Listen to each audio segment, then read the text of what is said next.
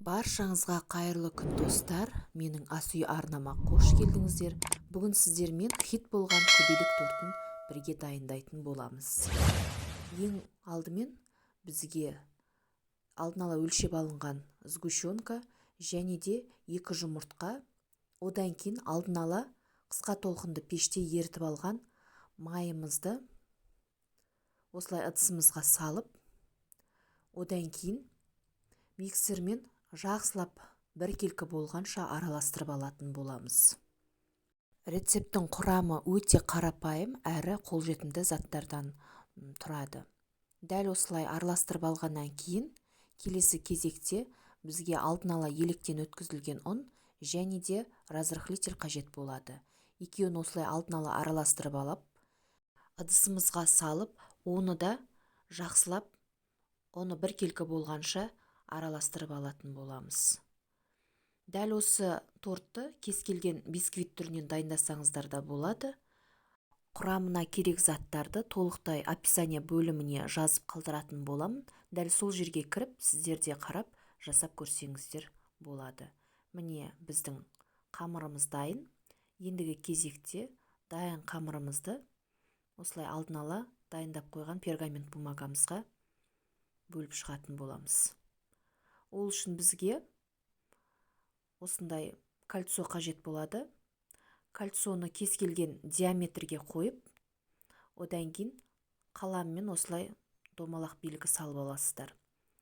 Одан кейін дәл осы домалақ белгінің ішіне 2 немесе 3 қасық қамырымызды салып, шпателіміздің көмегімен қамырымызды бір тегіс етіп жайып шығатын боламыз. Дәл осы рецептпен 5 немесе 6 корж шығады. Осылай пергамент қағазымызға барлық корждарымызды жайып шыққаннан кейін, алдын ала қызып тұрған пешімізде 10 минут көлемінде осылай қызарғанша пісіріп алатын боламыз. Міне біздің өте керемет болып шыққан корждарымыз дайын.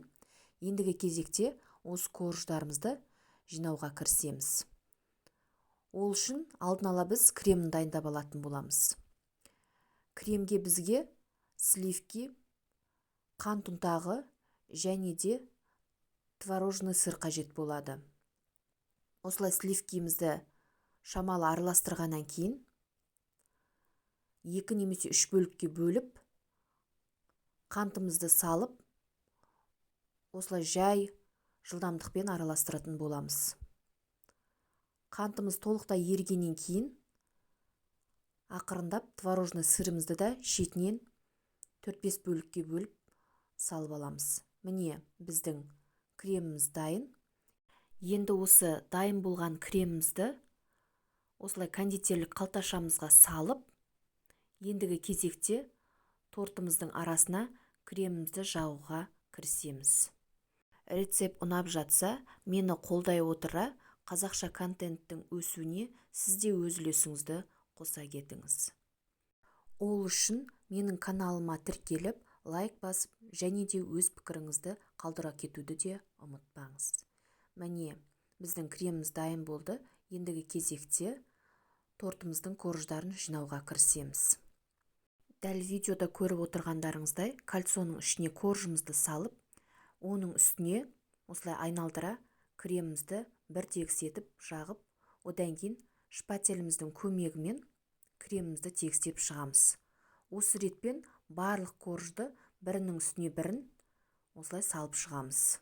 Сонымен қатар менің каналымнан түрлі тәттілер мен салаттар және де қысқа арналған салат түрлерін де таба аласыздар. Міне осылай барлығын креммен толықтырып шыққаннан кейін, бетін осылай целлофан пакетпен жауып, бір түнге холодильникке қалдырамыз. Бір түн тұрған тортымыздың корждары келесі күні өте жұмсақ әрі керемет болып шығады. Енді қалған кремдерімізді теңдей 3 бөлікке бөліп алып, оны кондитерлік тағам түріне арналған бояумен араластырып алатын боламыз. Міне, видеода көріп отырғандарыңыздай, кремді осылай 3 бөлікке бөліп, Одан кейін бірінші түсті ақ, екінші түсті жасыл және де үшінші ыдысымыздағы кремді осылай күлгін түспен араластырып алдық.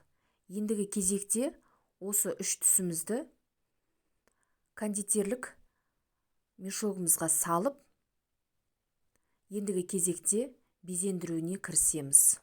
Кондитерлік тағамға арналған бояу түрінің кез келген түсін қолдансаңыздар болады. Міне, бір түн тұрған тортымыз дайын. Енді осы тортымызды дәл ортасынан теңдей етіп екі бөлікке бөліп аламыз. Одан кейін бөлінген бөлікті екі жақ бетіне қаратып, бір-бірімен біріктіріп, көбелектің бейнесін жасап аламыз. Міне, көбелек бейнесі дайын. Енді осы тортымыздың сыртын осылай ақ түсті креммен қаптап аламыз. Одан кейін бетіне жағатын креміне кірісеміз. Ол үшін бізге қызғылт түс қажет болады. Осылай қызғылт түсімізді тортымыздың үстінен осылай домалақтап, одан кейін шпателіміздің көмегімен осылай жайып аламыз. Келесі кезекте бізге жасыл түс қажет болады. Жасыл түсімізді де дәл осы ретпен домалақ жасап шығамыз және де шпателіміздің көмегімен оны да жайып тегістеп аламыз. Дәл осы ретпен барлығын осылай жасап алғаннан кейін тортымызды өз қалауымызша кез келген жеміс түрімен әсемдеп безендірсеңіздер болады. Дәл осы рецептпен сіздер де жасап көруге кеңес беремін. Міне, біздің өте керемет болып шыққан тортымыз дайын. Назарларыңызға рахмет. Сіздермен болған Гүлнұр, ал бізге ас болсын.